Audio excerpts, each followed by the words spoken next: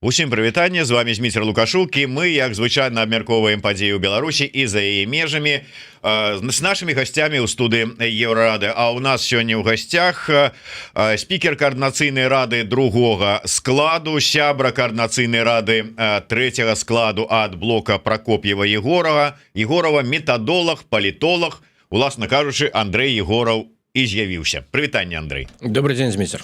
Ну, радуе, што ўсё ж таки праявіўся, таму што шмат хто ўжо пачаў хвалявацца, што не бачна цябе і не чутна цягам вось гэтай перадвыбарнай кампаніі падчас выбарчай кампаніі ў Координацыйную раду. Што было такое? Ну, было шмат арганізацыйнай працы, бо ўсё было арганізавана фактычна Координацыйнай радай. Трэба было забяспечваць просто функцыянальны працэс ад арганізацыі мобілізацыйнай кампаніі, функцыянавання інфармацыйных рэсурсаў, падтрымкі працы выбарчай камісіі і гэтак далей. Гэта не дазваляла там шмат займацца з аднаго боку вось гэтымі пытаннямі выбарчай кампаніі. З іншага боку, у нас у блоку вельмі шмат цікавых людзей, якіх мы хацелі просто паказаць, і шмат хто з іх, ну як, скажем, выступоўца, аратар, можа нават лепш, чым я.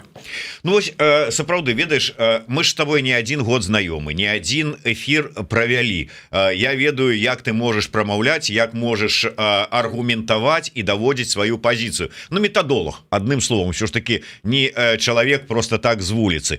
І тут я чую ў каментарах, калі пытаюцца журналісты там ці калегі, палітыкі, а дзе Егоров, блок Прокопьева Егорова, а Егорова нідзе на медыасферы не чуваць, ён не выступае, і гучаць нейкія апраўданні. Ну, ледзь не дайшло, дзякуй Богу, до таго, што ён два слова звязаць не можа. Ён там не спікер, ён дзяржаўнік, ён яшчэ там абы што. І я думаю, што гэта? Што это за стаўленне да чалавека ўнутры каманды? Вот самого не абражала?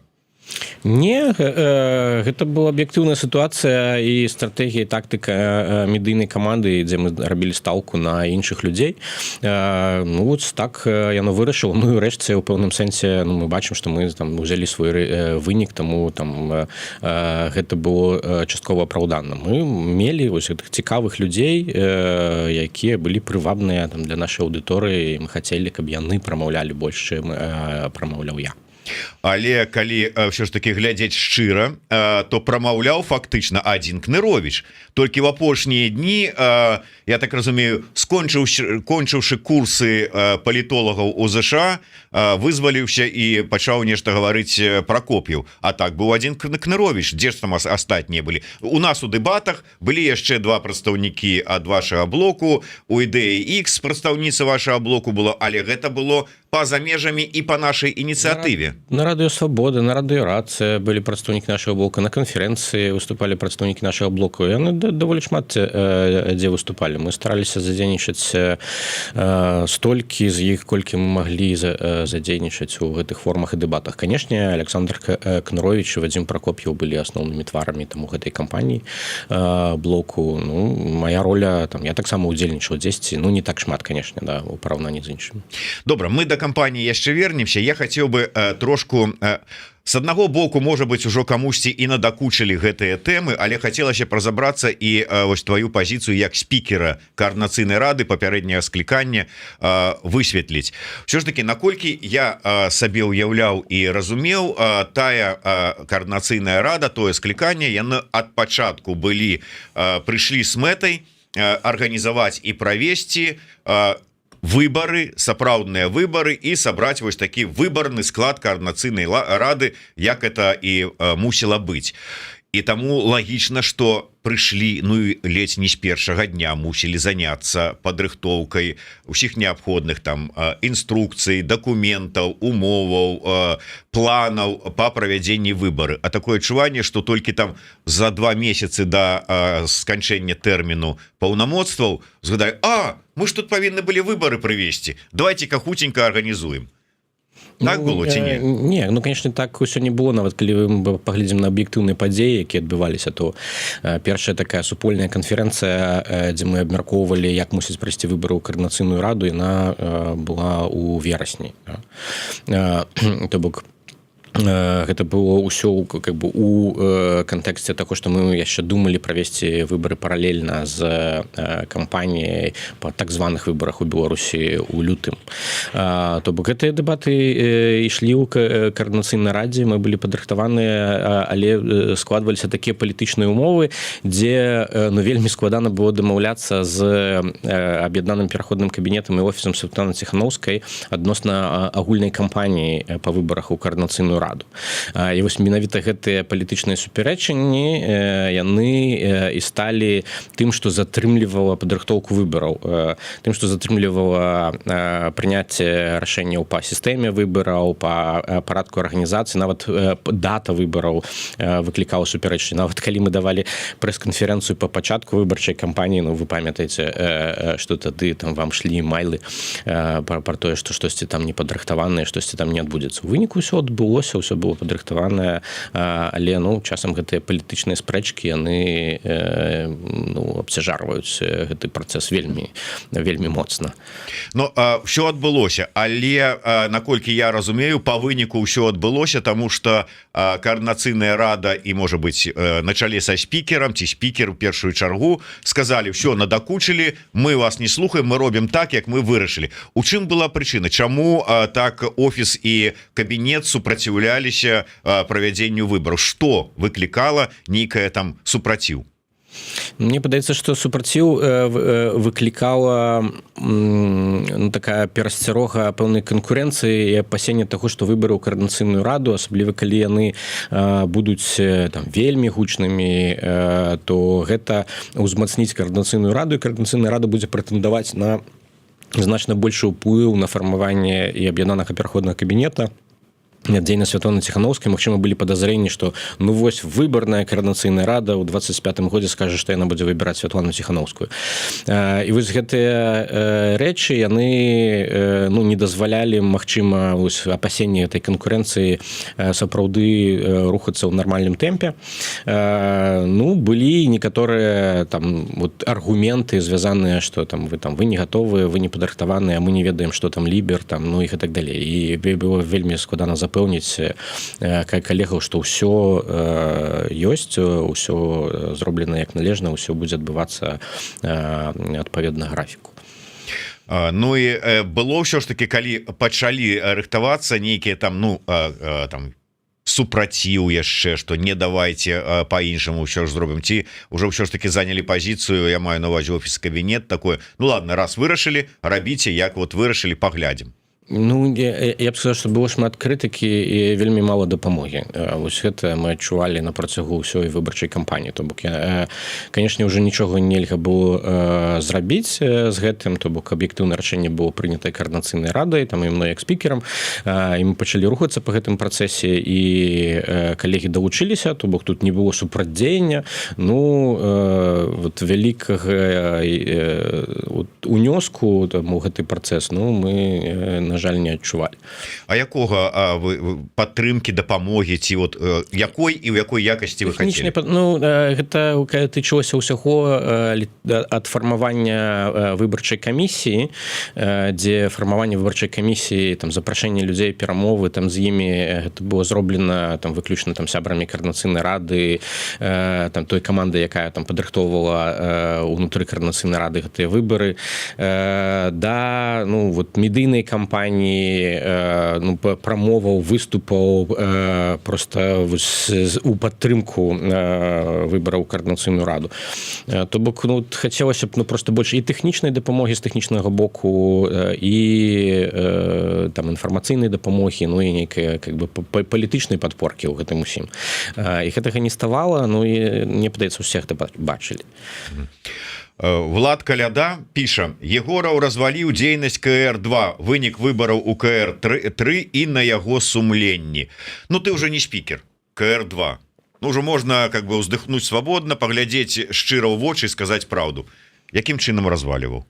Мне падаецца, што я вярну каардынацыйную раду, ну ось яшчэ не, там некалькі дзён яшчэ застаецца да першага паседжання новага складу, вярну каардынацыйную раду ў лепшым стане, чым яна была, калі яе ўзяў.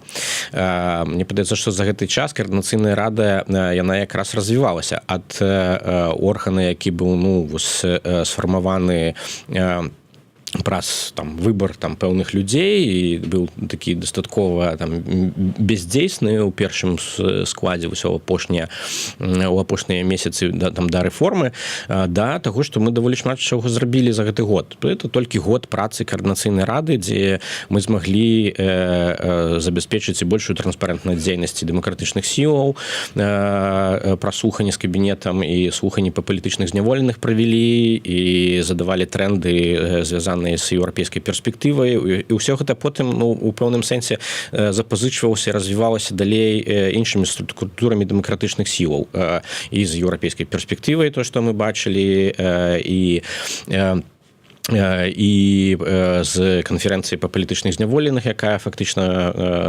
нараджалася і паўставала як пэўны фоллоуап таго, што рабіла каардынацыйная рада са слуханнямі палітычных зняволеных. Ну і выбары самі па сабе. Мне падаецца, што мы адказвалі гэтым на адную з галоўных прэтэнзіяў грамадства, там палітычна актыўных людзей у Беларусі, як Лены на пачатку фармавання новага склада каардынацыйнай рады, яны заўсёды пыталіся, а хто вас выбраў, да? Хто вас выбраў? І мы хацелі, каб гэта было відавочна, і вось это інстытуцыйнае развіццё і фармаванне новага складу каардынацыйнай рады праз выбары, гэта вельмі важны крок для самой каардынацыйнай рады, мне падаецца. То бок, дзе развал у гэтым сэнсе? Але ўсё ж такі колькі там 6723 так чалавека прагаласаваўшых, гэта паказчык нейкай там, што выбралі. Гэта паказчык той сітуацыі, у якой мы сёння знаходзімся. Вы самі выбары ў каардынацыйнай радзе, гэта такой реаліці-чек для сітуацыі, якая ёсць. То бок, з аднаго боку мы бачылі дастаткова шмат актыўных і мужных людзей, смелых, якія пайшлі на выбары ў каардынацыйную раду. То бок, у нас было там 260 дэлегатаў, якія канкуравалі праз гэтыя спісы, за якія галасавалі выбаршчыкі на гэтых выбарах. Усе яны былі аб'яўленыя экстрэмісцкімі фармаваннямі, там у людзей былі вобшукі у Беларусі, ціск і гэтак далей. І з іншага боку мы маем тое, што маем у колькасці прагаласаваўшых, якая таксама была абмежавана і пэўнымі аб'ектыўнымі прычынамі. І гэтыя аб'ектыўныя прычыны ад таго, што мы не рабілі галасаванне, як на Еўрабачанні робіцца, калі вы з тэлефону там любы чалавек некалькі разоў там можа вельмі проста прагаласаваць ананімна. Мы пайшлі праз працэдуру вельмі набліжаную да стандартаў дэмакратычных выбараў, якія праводзяцца онлайн, праз поўную верыфікацыю асобы, дзе толькі адзін чалавек праз верыфікацыю па пашпарце можа падаць дакумент. У нашых умовах вы уяўляеце сабе, як гэтае рашэнне ўплывае на яўку тут людзей. Але пры гэтым мы надавалі магчымасць усім галасаваць людзям. Людзі з Беларусі таксама галасавалі, дарэчы, на гэтых выбарах. І вось гэта аб'ектыўна нас абмяжоўваў у той колькасці, якая ёсць. Яна паказвае колькасць таго палітычнага актыву, які сёння мы маем. І гэта, я б сказаў, па-першае, у 6723 разы больш, чым мае усебеларускі народны сход. А з іншага боку, гэта на 6723 галасы больш, чым мела першы склад каардынацыйнай рады і другі склад каардынацыйнай рады. І перад гэтымі людзьмі мы сёння адказныя, тыя, хто абраныя. І гэтыя людзі, якім я вельмі ўдзячны, што яны зрабілі свой выбар і для якіх сёння мусіць працаваць каардынацыйная рада, перад кім адказваць. І мне падаецца, гэта вельмі важная змена адбылася ў сітуацыі, у якой існавала каардынацыйная рада. Гэта не абстрактныя людзі, гэта цалкам канкрэтна канкрэтныя выбаршчыкі, якія аддалі свае галасы у гэтых умовах. Андрей, я разумею, метадолог, можа быць там такі метадалагічны інтарэс акадэмічны, там яшчэ што-небудзь, там цікавасць, там ўсё это блізка, але адкуль узялася гэта вар'яцкая ідэя там про 3 галасы, там про нейкія спісы, про вось гэтыя ўсе складанасці, вот все это вот накруціць, все это, конечно, можна зрабіць у развітой дэмакратыі, дзе там вот людзі палітычна актыўныя, сочаць, удзельнічаюць, а ў нашай сітуацыі ну вот трэба было яшчэ і гэтым людзей ахалоджваць. Ну, я не думаю, что это мела нейкі вельмі сур'ёзны ўплыў на тое, што людзі прагаласавалі тую колькасць выбаршчыкаў, якія прыйшлі на выбары. Значна большую ролю гралі такія фактары, як вось неабходнасць падаць свае дакументы у гэтай сітуацыі рэпрэсіўнай, дзе людзі нават за мяжой баяцца. Андрей, я ўсё гэта разумею, але мне падаецца гэта ўсё як снежны ком. Я разумееш, вот з маленькага і накатывалася, і адны вот так глядзяць. А што яны што яны там пастаянна скубуцца і людзі адтуль сыходзяць? Нейкая фігня, гэта коордынацыйная рада. Да гэтага потым чапляецца, што яны там дату пераносяць, яны ўжо павінны паўнамоцтвы скончыць, яны нешта працягваюць. Зараз тут яшчэ потым прычэпам ідзе нейкія галасаванні па 3 голаса, пра 3 спісы, там ці яшчэ што. Тут яшчэ квоты, яшчэ тое, яшчэ сёе. Плюс, безумоўна, самыя вялікія гэта бяспека і ўсё астатняе, і ўсё па выніку накруцілася як снежны ком, і людзі сказалі: ай. Ну, я зноў-такі, ну, вось у цябе такое ўражанне, у мяне там цалкам іншае ўражанне, што гэтыя вось дэбаты адносна і сістэмы выбараў 3 галасоў, там прапарцыйнай сістэмы гендерных квотаў, яны забіралі зашмат увагі і падаваліся як пэўныя скандалы, хаця як бы для мяне гэта былі даволі працоўныя пытанні, да, яны мусілі быць вырашаныя, ну, і некаторы час там на гэтае дэбатаванне, на складванне гэтай сістэмы яны мусілі адняць і тое, каб яны моцна паўплывалі, вот я не думаю, значна мацней падплывалі, не ведаю, недахоп рэсурсаў, напрыклад, на інфармацыйную кампанію, якую мы вялі, альбо ну просто аб'ектыўныя складанасці, якія ўзнікалі. Ну і вот навошта гэта было? Ну таго, што людзі уяўляюць по-рознаму справядлівы парадак фармавання коордынацыйнай рады, да, правільны парадак, які забяспечвае рэальную там рэпрэзентацыю. І мы не можам нічога зрабіць з тымі людзьмі, якія ну, цвёрда стаяць на пазіцыю там, ну, там, наяўнасці гендерных квотаў, якія там напісалі вялікі ліст Ціханаўскай, там сабралі там шмат подпісаў, былі ўнутры коордынацыйнай рады, па-за коордынацыйнай. І не можам ігнараваць тыя, хто супраць гэтага. І ну, мы не можам проста сказаць: ну ідзіце все сваёй дарогай, а мы вырашым як правільна, да. Это дэмакратычная дыскусія, яна так адбываецца. Ну, можа быць, да, вот мадам дадае, яшчэ і Азараў дапамог сваёй рассылкай. Азараў дапамог, это, конечно, катастрофа. Ну, і катастрофа не толькі ў сітуацыі выбараў, дзе ён напужаў гэтым людзей вельмі шмат, і гэта паўплывала таксама, я думаю, на зніжэнне яўкі, але мне падаецца, праблема тут значна глыбейшая, да, таму што ну, коордынацыйная рада вельмі ясна выказалася адносна таго, што Азараў мусіць сысці з кабінета, і у справаздачы па слуханнях мы давалі ясныя рэкамендацыі адносна, ну, выражалі занепакоенасць адносна таго, што ніхто не кантралюе план перамога. Ніхто, акрамя Азарава ў кабінеце. Ні Сахашчык, як у сябра па кабінету, не меў ніякага доступу, ні структуры, якія займаюцца і маюць пэўны давер у кібербяспецы, як кіберпартызаны, не мелі доступу да гэтага плану. Да? То бок, па факту, публічны ресурс, які пазіцыянаваўся заўсёды публічны, быў выкарыстаны ў прыватных мэтах палітычных аднаго чалавека.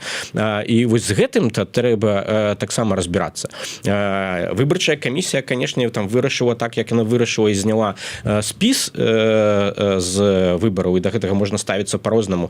Тут Азараў відавочна вінаваты, не ведаюць, і там гэтыя людзі ў спісе таксама былі далучаныя да гэтага дзеяння, і тут рашэнне можа быць спрэчнае, але праблема глыбейшая. Гэтую праблему ну, мусіў быў вырашаць ну, кабінет, дзе Азараў фактычна быў чалавекам, які адказваў за план перамоги. І рашэнне Ціханаўскай былі зняць яго з пасады прадстаўніка, але пакінуць у кабінеце як чалавека адказнага за што? За план перамоги. І вось так як скарыстаўся чалавек гэтым планам перамоги.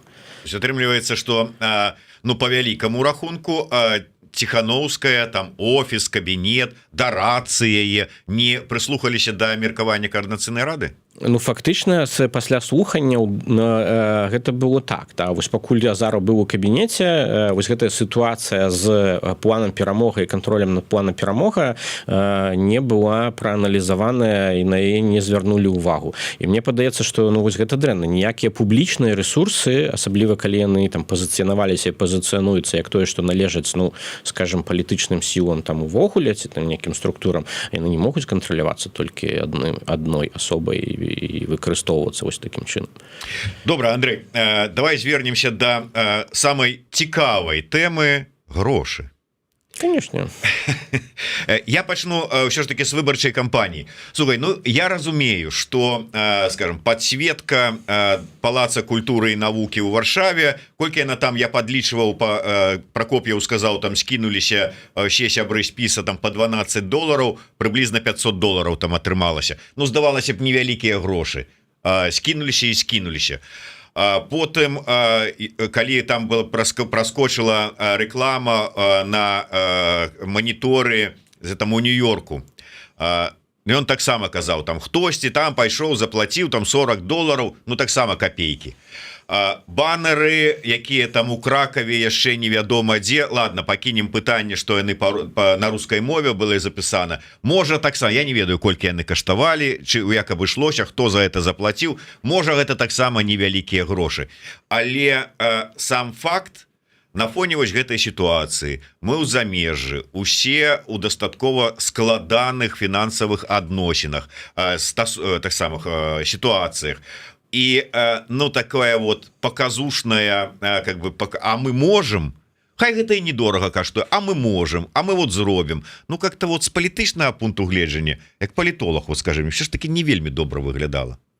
Ну, мне падаецца, што гэта было зроблена не на грошах, а на крэатыве, тому што грошаў там было мала, і гэта грошы, якія уносілі мы самі, альбо там тыя людзі, якія хацелі нас падтрымаць. І тут это было пра, ну, тое, што мы мусім выходзіць шырэй, і мы хацелі выходзіць шырэй, чым традыцыйнае кола вось тых людзей, якія глядзяць перадачы пра палітычныя навіны там і дэбаты.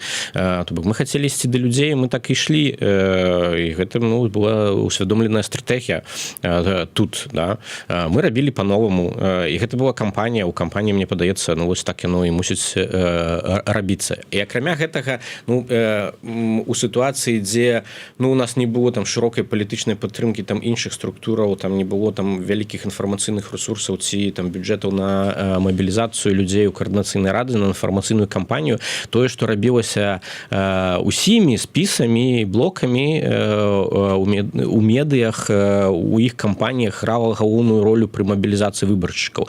Таму мы не толькі агітавалі за сябе, мы агітавалі за выбары. Не, ну, глядзі, вот я, правда, сказаў, што не будзем звяртаць увагу на мову, але вот наши гледачы звяртаюцца. Сяжук піша: у замежжы асабліва рэкламавацца ад імя беларусаў на расійскай мове файны ўнёсак у агульны хейт супраць нас, як нібыта паплечнікаў расейцаў. І ад сябе дадам, я ўсё ж таки кажу, што не то, што вы там нейкія невядома якія у грошы выклалі там і гэтак далей, што можа быць это ўсё і не шмат каштавала, але тут і цяпер наколькі гэта палітычна правільна і маральна было. Ну, мне падаецца, тут няма праблемаў з маральным бокам. Палітычна правільна, таму што мы мабілізавалі людзей галасаваць, мабілізавалі выбаршчыкаў прыйсці на выбары.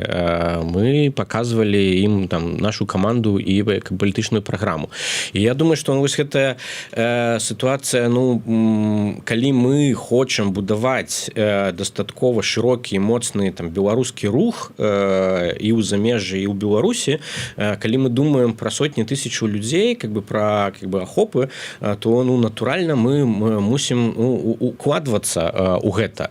І ну нельга просто ну, ось на адчуванні сябе як на бедных гаротных нямоглых беларусах, да, строіць праграму павяртання сабе краіны.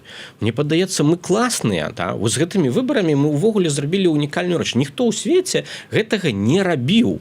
Ніводнага разу там палітычныя дэмакратычныя сілы у выгнанні не рабілі нацыянальныя выбары на базе онлайн-інструментаў з доступам для ўсіх грамадзянаў.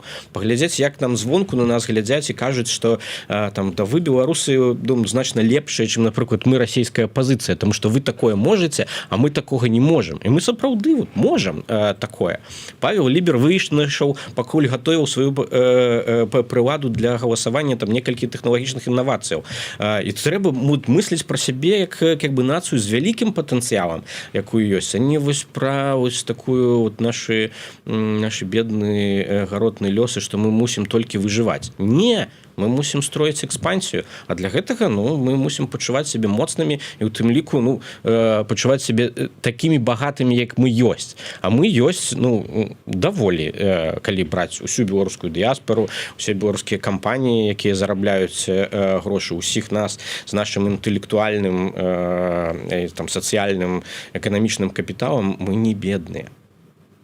Згодны. Ганна Вишняк пишет, что за название у стрима? Там блок бизнесменов. Естественно, денег у них хватает. Курейчик проплатил за пиар, что ли? Вот, до речи, про Курейчика добро нам нагадали. Як ты, что ты откажешь на ты неодноразовые не толькі нават намёкі, а канкрэтныя абвінавачванні з боку Курейчыка. Па-першае, што не было ніякай справаздачы ўвогуле так фінансавай падзейнасці каардынацыйнай рады другога склікання, ці пабачым мы яе. І па-другое, што так і не адкрылі рахунак менавіта на каардынацыйную раду, а грошы, прычым, як сцвярджаюць пэўныя журналісты, спасылаючыся на дакументы Еўрабеларусі, якія знаходзяцца у вольным доступе у літоўскіх усіх там адпаведных ну это самое там это справаздачных кампаніях мільёны праходзілі еўра праз кампанію і атрымліваецца нагрэў рукі Егору на этом добра. Разом з Потаповым, слухаючи Курейчика. Курейчика слухаць, да, то Егоров Потапова вінаватыя ва ўсім.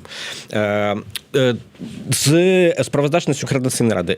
Ёсць публічная справаздача каардынацыйнай рады, яна выкладзеная на сайт каардынацыйнай рады. Там ёсць у тым ліку і фінансавая частка справаздачы, звязаная з затратамі сакратарыяту каардынацыйнай рады. У пэўным сэнсе, таксама спадар Курейчык уваходзіў у камісію ўнутры каардынацыйнай рады па справаздачнасці адносна рэсурсаў, якія былі выдадзеныя на кампанію каардынацыйнай радзе, і гэтая справаздачнасць таксама, ну, прынамсі, вядомая там Андрэю Курейчыку і людзям, якія ўваходзілі ў гэтую камісію. То бок мы ўсё паказалі, што маглі паказаць з гэтых затратаў. Адносна Еўрабеларусі гэта ўвогуле ніяк не звязана ні з каардынацыйнай радай, ні з выбарамі ў каардынацыйную раду. Гэта звязана са мной персанальна, бо я працую як дырэктар міжнароднага НДА Еўрабеларусь. Міжнародная НДА Еўрабеларусь является Grant Making Organization. Гэта значыць, што мы працуем з праграмамі, якія выдаюць гранты на развіццё адукацыйных ініцыятываў культуры, некаторых медыйных праектаў, грамадзянскай супольнасці. І вось гэтая справаздачнасць, яна патрапляе как бы ў справаздачнасць штогадовую, маецца адпаведны аўдыт кожны год арганізацыі. І з-за гэтага, вось, вот гэтыя вялікія бюджэты мы бачым. Але з іх там больш хіба за 75% гэта тое, што выдаецца іншым арганізацыям і не з'яўляецца ні заробкамі супрацоўнікаў Еўрабеларусі, там не ідзе на развіццё арганізацыі і так далей. Такім чынам атрымліваецца, што Курэйчык ну как бы перадёргивае, Курэйчык ну не разабраўся, на пустым месцы абвінавачвае. Ці вот як вы ацэньваеце это ўсё? То есть адказ нейкі там будзе, там калі гэта паклёп, ну там у суд падаваць, яшчэ што? Ну, а ў які суд мы тут можем падаць? Да? Ну, канешне, Курэйчык неадэкватна падае інфармацыю, і гэтыя абвінавачванні не маюць ніякіх пад сабой падставаў. Ну, а ў які суд падаваць? Амерыканскі, польскі, беларускі? Калі была б этычная камісія, ну, нейкая, якая б разбіралася з такімі пытаннямі ўнутры дэмакратычных сілаў, ці там нейкі квазісудовы орган, якога нам хіба не хапае для разбіральніцтва такіх спрэчак, ну, можна было б туды звярнуцца. Это наша ўнутраная справа, і тут ну я не ведаю, што з гэтым можна зрабіць.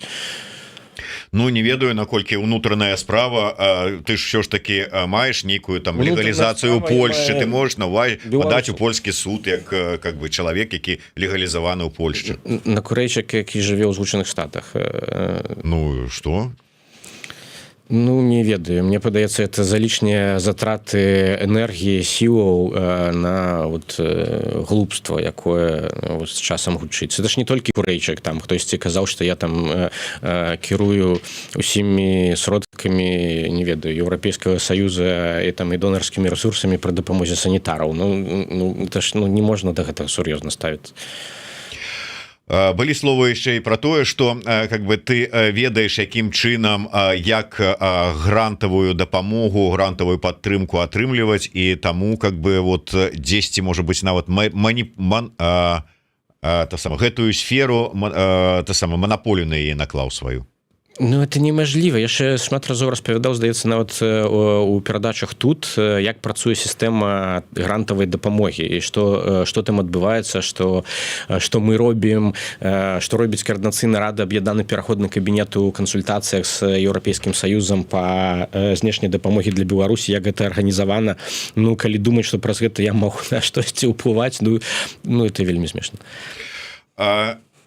Пытанне наконт непразрыстасці фінансавання каардынацыйнай рады, увогуле гэтых грошай, якія там на Еўра-Беларусі, ўсё астатняе, яно ўзнікла, і наколькі я ведаю, журналістка да цябе звярталася з просьбай пракаментаваць. Ты ніяк не пракаментаваў, і таму вот узнікла гэтае пытанне непразрыстасці і што там дзе наліпла на рукі ў Егорова. Ўсё ж таки, чаму не патлумачыў сітуацыю? Ну, на той час неяк не было мажлівасці гэта зрабіць, і таму там і не было патлумачана. Ну, зараз я тлумачу, да, вот мне падаецца дастатковае тлумачэнне. Магу яшчэ раз паўтарыць, што там Еўра-Беларусь, гэта Grant-Making Organization, якая кожны год праходзіць аўдыт, яна працуе з грашыма тых донараў, якія выдаюць рэсурсы на падтрымку і развіццё беларускай грамадзянскай супольнасці, культуры, адукацыі. Там большая частка гэтых грошаў, яна размяркоўваецца праз конкурсныя грантавыя праграмы, дзе ну как бы ёсць адкрытыя борды некалькіх чалавек, якія там прымаюць рашэнні адносна того, каму гэтыя грошы размяркоўваюцца. І тут ўсё дастаткова празрыста, калі кожны год мы падтрымліваем і аўдытарскія праверкі праходзім, як бы і донары працягваюць з намі працаваць. Ну гэта значыць, што ўсё там как бы транспарэнтна і справаздачнасць адэкватная. Ну, вось вся ситуация, не ведаю, что тут яшчэ можна сказаць. Добра, давай тады пакінем, будуць пытанні, мы тады зададзім наступным разам. Я пра іншае, пра будучае хочу распытаць. Будучае, як будзе праца далей, можа быць, арганізоўвацца. І першае, як да чалавека, які ўсё ж таки ведае сістэму, наколькі я разумею, у адпаведнасці са статутам сённяшнім каардынацыйнай рады, той же самы Латушка, тая же самая Ковшык і, здаецца, Губарэвіч, яны не маюць права адначасова з'яўляцца і сябрамі аб'яднанага пераходнага кабінета і каардынацыйнай рады. Што будзе рабіцца? Вот якая працэдура? Ну, я думаю, что есть два варианты развіцця падзеяў. Як бы тут першы варыянт развіцця падзеяў гэта тое, што людзі могуць скласці свой мандат, і гэта значыць, што як бы іхняе месца ну перайдзе наступнаму чалавеку ў спісе, то бок іхнія людзі выйдуць і наступныя людзі ў спісе. А навошта ім это рабіць? Для чаго яны ішлі на выбары? Ну таму что каб правесці сваю палітычную сілу, сваю палітычную лінію ўнутры каардынацыйнай рады, да? То бок яны далучыліся, вялі гэтую кампанію, каб правесці, да?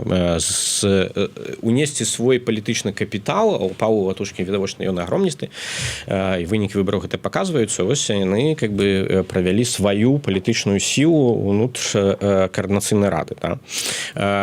І далей можа адказацца ад мандата у аб'яднаным пераходным кабінеце, застацца ў каардынацыйнай радзе, да? Такі варыянт існуе. А памяняць статут? Альбо такі.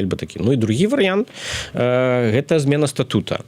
Гэта значыць, што пасля запуску трэцяга склада каардынацыйнай рады будзе пастаўлена пытанне пра змену статуту, і пры наяўнасці 2/3 галасоў гэтая норма будзе адмененая, і тады можна будзе сумяшчаць гэты мандат. Вось такая, как бы, можа быць шлях развіцця падзеяў. Ну, 2/3 галасоў, я так разумею, набраць магчыма з улікам таго, колькі складае чалавек мандата фракцыі, умоўна кажучы, ці спіс Латушкі, плюс спіс Дабравольскага, у які ўваходзіць Ковшык, якія таксама будуць за тое, каб яна заставалася і там, і вот вам 2/3. Ну, плюс яшчэ хто дадасся? Ну, ось там яшчэ хто дадасся, тому што разам са спісам Дабравольскага у спіса Латушкі будзе 28 плюс 8, 36 галасоў. Гэта недастаткова, то бок да 2/3 як бы не дацягвае. То бок ім трэба там каля 50, думаю, галасоў, каб правесці гэтае рашэнне, нават больш, там 53-54 галасы, 54 галасы. Гэта значыць, што вось трэба пераканаць людзей, што ўсё ж такі сумяшчэнне мандатаў гэта добрае рашэнне, што яно не падрывае нейкія там дэмакратычныя прынцыпы падзелу уладаў. Падкупяць блок Прокоп'ева-Егорова. Не грашыма, а, скажем так, стварэннем сумеснай кааліцыі, каб мець большасць парламенцкую. Ну, вот перамовы пра кааліцыі зараз, это ж яшчэ одно пытанне, якое вось зараз перш за ўсё мусіць вырашаць блок каманды Латушка і Руха за свабоду, тому што ў іх большасць, але для таго, каб праводзіць рашэнні ў каардынацыйнай радзе стабільна і надзейна, я думаю, што яны думаюць і пра пазіцыю спікера, ім трэба ствараць кааліцыю, так, з кімсьці, з кім яны будуць ствараць гэтую кааліцыю, я не ведаю, але думаю, што такія перамовы ўжо вядуцца. Ну, можа, думаеш, весціся, а з блокам Прокоп'ева, ці блок Прокоп'ева-Егорова, з кім вядзе перамовы такія? Мы кансультуемся з усімі. Абсалютна з усімі? Да, з тымі, хто адказвае нам, з тымі, з кім у нас супадае пэўнае там бачанне, мы кансультуемся. Ну, я б не хацеў зараз называць, тому што, давайте пакуль, я не ведаю, як будзе складвацца сітуацыя кіроўнай кааліцыі, апазіцыі ўнутры каардынацыйнай радзе, але хтосьці патрапіць туды, а хтосьці патрапіць туды. Як гэта там амаль існавала ў другім складзе каардынацыйнай рады, дзе там грамадзянскай салідарнасці трэба было блокавацца з іншымі, каб некаторыя рашэнні там можна было праводзіць там сумеснымі гэтым рашэннем. Тое самае ў той самай сітуацыі знаходзіцца і блок Павла Латушкі сёння. Ну што ж, будзем сачыць, як сапраўдны палітык, ці можа як метадолог, тут ужо нават не ведаюць, як палітолог, але вот так дастаткова умела абыходзіць вострыя вуглы Егораў. Ну, добра. Андрей, прогучалі словы про тое, што ўсё ж такі недарма год прайшоў, працавала каардынацыйная рада другого складу, шмат зрабілі, і адна з галоўных такіх зробленых тэзаў была стратэгічны дыялог, у якім удзельнічала каардынацыйная рада вельмі актыўна. Што сёння ў гэтым накірунку? Што далей дакладней, якія ёсць перспектывы? стратэгічны дыялог з ЗША гэта даволі значная падзея там для дэмакратычных сілах. Вось недавно там скончыліся раўнды онлайн гэтага стратэгічнага дыялога, і сёння на сённяшні час важна, каб гэты стратэгічны дыялог прыносіў канкрэтныя вынікі для дзейнасці беларускай дэмакратычнай супольнасці, каб расла кааперацыя паміж пэўнымі структурамі у Злучаных Штатах і дэмакратычнай супольнасцю Беларусі. Напрыклад, каб усталёўвалася больш узаемных сувязяў паміж тымі, хто працуе там з медыяй, падтрымкай медыа там і беларускімі медыа праз Злучаныя Штаты. Ці тое самае магло прабіцца з арганізацыямі грамадзянскай супольнасці, там палітычнымі сіламі. І вось выхад на гэтыя канкрэтныя праекты ўзаемадзеяння са Злучанымі Штатамі ў больш шырокім выглядзе гэтых кантактаў, гэта, я думаю, галоўная задача зараз стратэгічнага дыялога.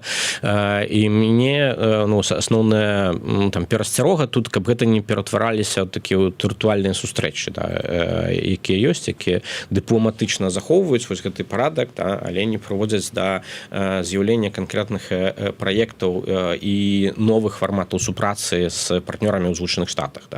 Я думаю, што у прынцыпе у нас ёсць перспектывы развіцця зараз стратэгічных дыялога. Наступная сесія будзе нам напрыканцы года вочная. Я думаю, што яшчэ будуць працягвацца і вось гэтыя завочныя кансультацыі ў онлайн-фармаце. Я ведаю, што 25 чэрвеня пройдзе кансультацыйнае пасяджэнне кансультацыйнай групы Беларусь-ЕС.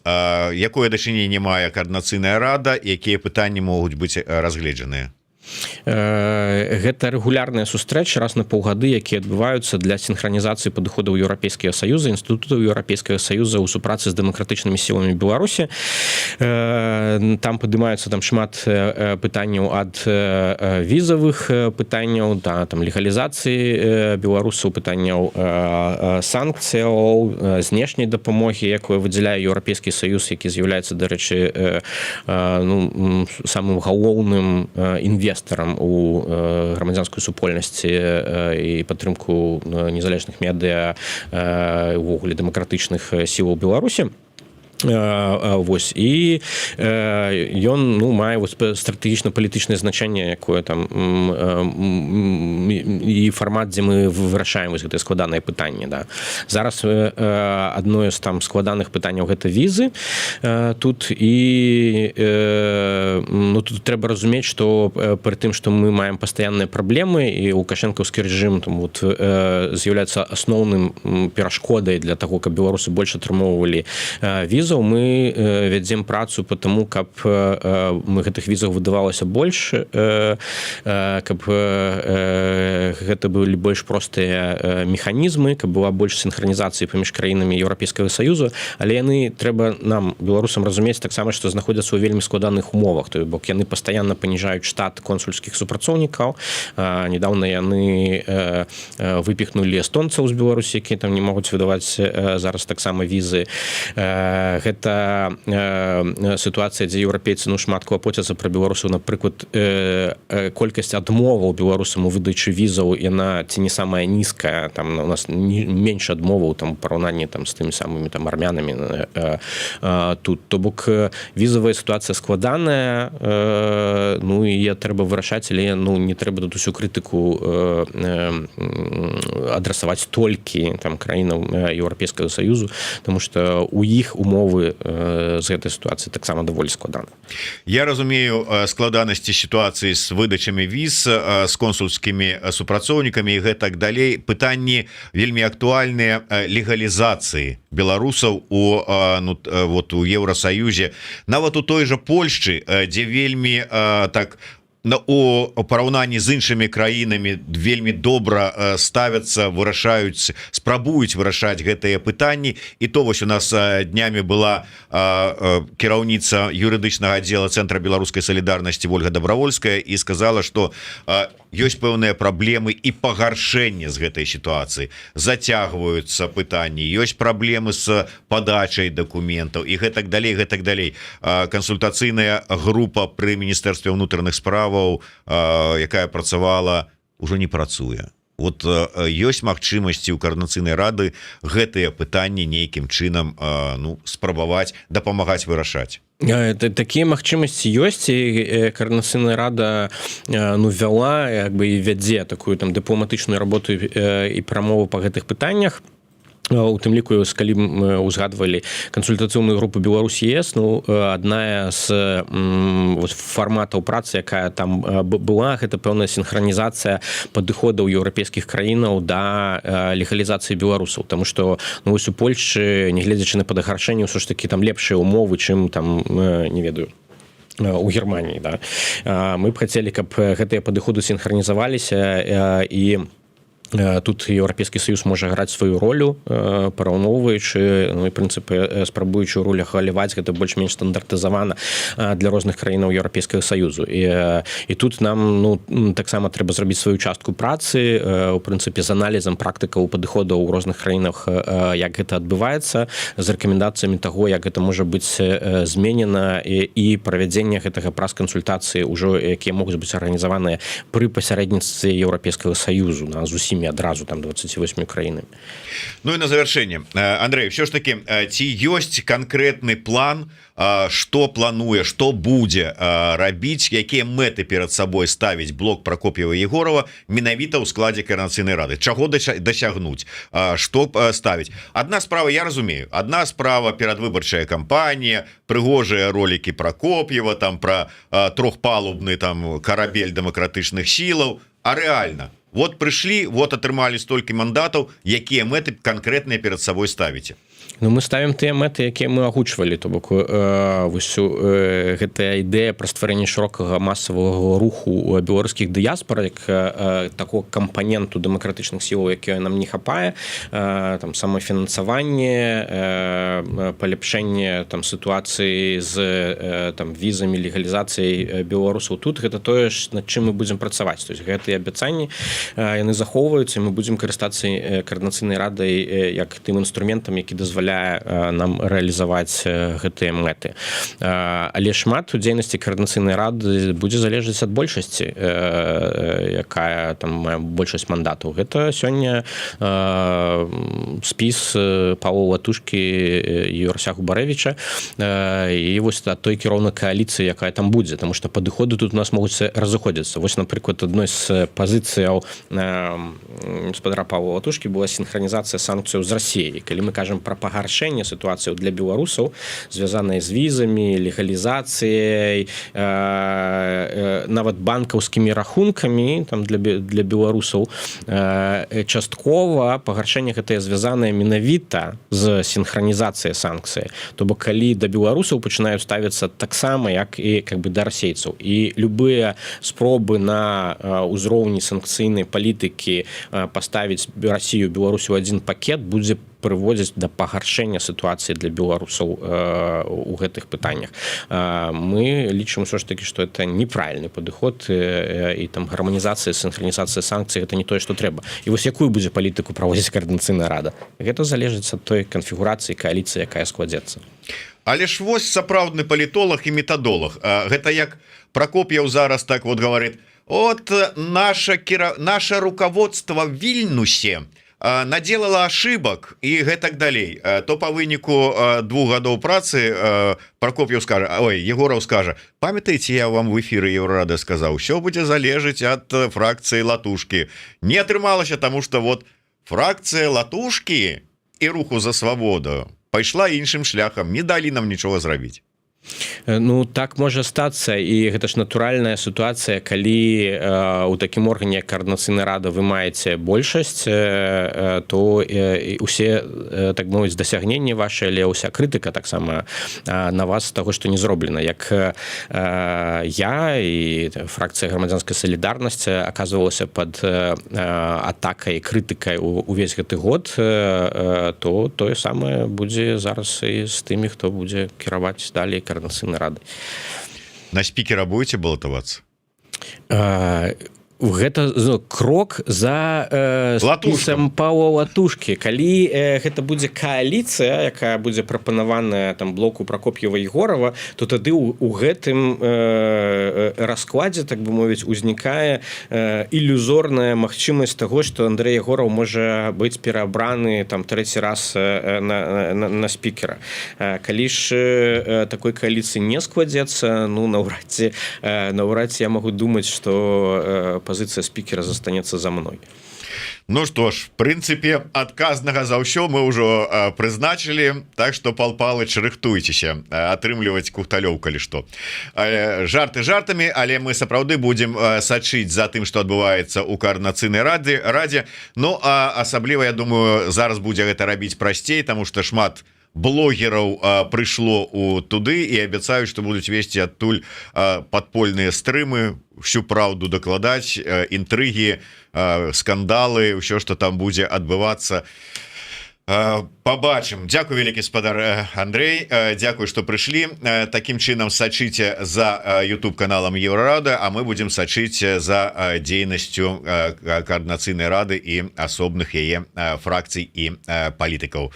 Дзякуй, да сустрэчы, жыве Беларусь.